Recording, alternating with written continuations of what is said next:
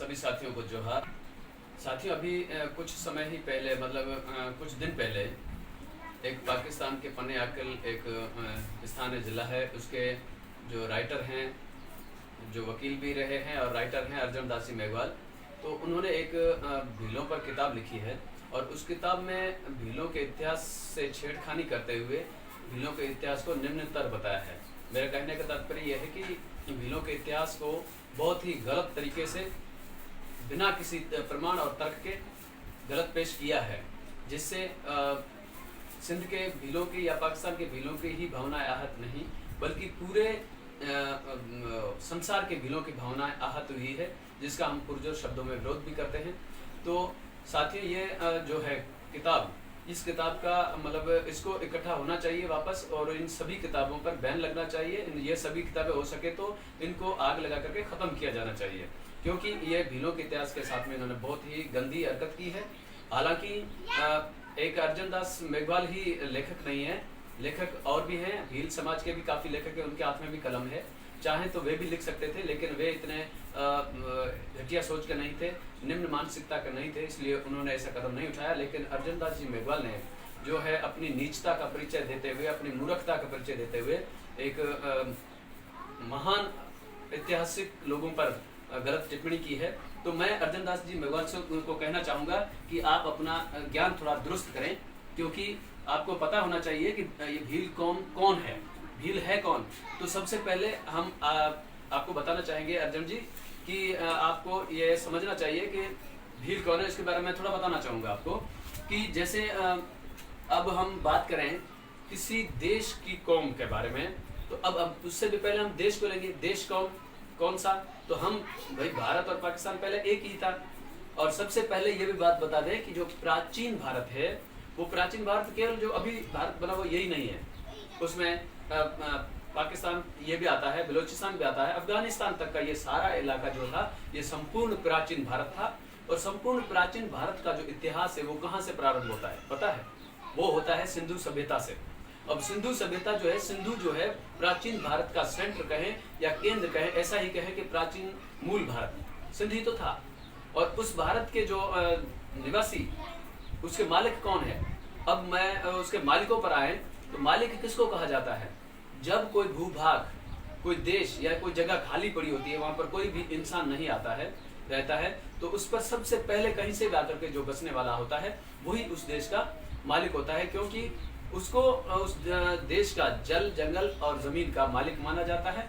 मालिक शब्द को ही आदिवासी कहा जाता है। आदिवासी शब्द का अर्थ है सबसे पहले आकर के उस खाली पड़े भूभाग पर रहने वाला, मूल मालिक, आदिवासी या मालिक, ऐसा कुछ भी कहें। तो वो कौन थे? तो सबसे पहले आपको बताएं कि जब ये पूरा भारत का, जो प्राचीन भारत का एरिया था, ये खाली पड़ा था, तब सबसे पहले यहाँ पर आकर के रहे निग्रो जाति के लोग, निग्रो। उसके बाद में दूसरा जत्था कौन आया? दूसरा जत्था ऑस्ट्रोलॉइड आए। इन दोनों का संबंध हुआ, आपस में रोटी बेटी का व्यवहार हुआ, उससे एक जाति बनी, उससे एक नस्ल बनी, उसको आग्नेय कहा गया है।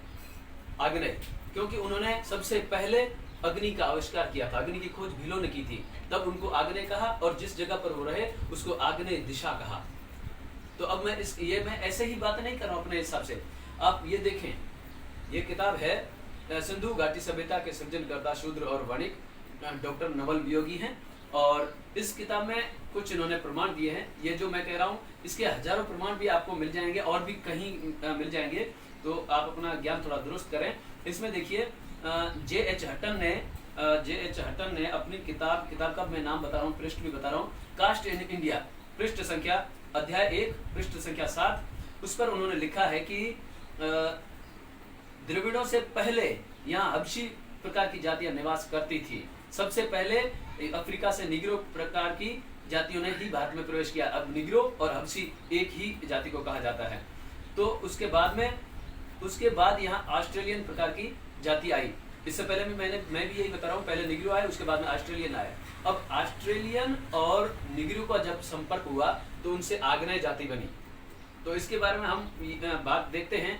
ये भारत का प्रसिद्ध ग्रंथ है जो है कितने पेज पृष्ठ का है? 550 पृष्ठ का है। और इसकी संस्कृति के 4 अध्याय आप खुद देखना कभी नेट पर, तो आपको पता चलेगा कि इस ग्रंथ की कितनी ख्याति है। क्योंकि मेरे पास पेपर बैक वाला ये प्रति है, इसलिए आपको इसे हल्के में ले सकते हैं, लेकिन ये हार्ड कवर में भी आता है, बड़ी साइज में भी आता है। तो इस पर ये लिखने वाले कौन है? रामाधारी सिंह दिनकर। इन्होंने क्या लिखा है? तो इन्होंने ये लिखा है कि भारत में पृष्ठ संख्या 28 पर, ये संस्करण है 3, और भारत में पहला आगमन यानी आना निग्रो जाति का था, और निग्रो जाति के बाद में आग्नेय जाति। अब देखिए अब क्या बताया जा रहा है, सबसे पहले निग्रो आए और उसके बाद में ऑस्ट्रेलियन आए, ऑस्ट्रोलॉइड रेस। अब निग्रो और ऑस्ट्रोलॉइड रेस का आपस में वैवाहिक संबंध हुआ, उससे जो नस्ल बनी उसको आग्नेय कहा, क्योंकि उन्होंने अग्नि की खोज की थी। लेकिन उसी आग्नेय को ही फिर प्रोटो ऑस्ट्रोलॉइड रेस भी कहा जाता है, क्योंकि निग्रो जो है वो धीरे धीरे लगभग उनका वंश लगभग खत्म ही हो गया था, लेकिन अब वो आग्नेय जाति ही चलने लगी थी। अब आग्नेय जाति को, आग्नेय शब्दों को इन वेदों में, पुराणों में क्या कहा गया है? आग्नेय जाति को ही इन्होंने उसको निषाद कहा, निषाद जाति कहा है। तो एक आपको बता दें, सुनीति कुमार चटर्जी हैं, प्रसिद्ध लेखक हैं। उन्होंने अपनी किताब भारतीय आर्य भाषा में लिखा है कि जो आग्नेय है उसी को ही बाद में निषाद, और निषाद को बाद में भील कहा। अब मैं आ रहा हूँ, देखिए भील कौन है? ये मैं सारा इतिहास इसलिए उठा रहा हूँ क्योंकि आपने भील कौम पर बहुत गलत टिप्पणी की है। अब देखिए निग्रो और प्रोटोस्ट्रोलॉइड आए, इनसे आग्नेय को ही निषाद कहा गया है, और अब निषाद को ही बाद में भील कहा गया है। तो इसके बारे में कुछ प्रमाण ये भी दे सकता हूँ, सुनीति कुमार चटर्जी ने भी ये कहा है कि भारतीय आर्य भाषा और हिंदी में कि निषाद अनार्य थे और भील ही थे। उसके बाद में प्रसिद्ध विद्वान नेमिचंद जैन ने भी अपनी पुस्तक भील भाषा आर्य और संस्कृति में निषाद और भील को एक ही माना है।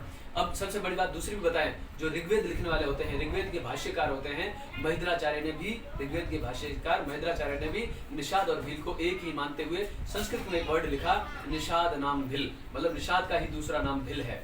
तो अब आप फिर ये रामाधारी सिंह दिनकर भी इनका हवाला देते हैं, आप वापस आइए देखिए इस पेज पे।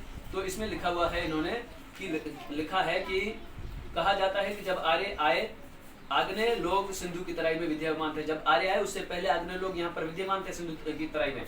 आर्यों ने उन्हीं का नाम निषाद रखा और उसके काले रंग और चपटी नाक की हंसी भी उड़ाई। निषाद वंश के लोगों को अन्य नाम कोल और भील भी मिलते हैं। अब भील आ गया है। अब आपको अर्जुन दास जी को मैं कहना चाहूंगा कि आपको पता है ये भील कौन है? अब इससे क्या सिद्ध हुआ?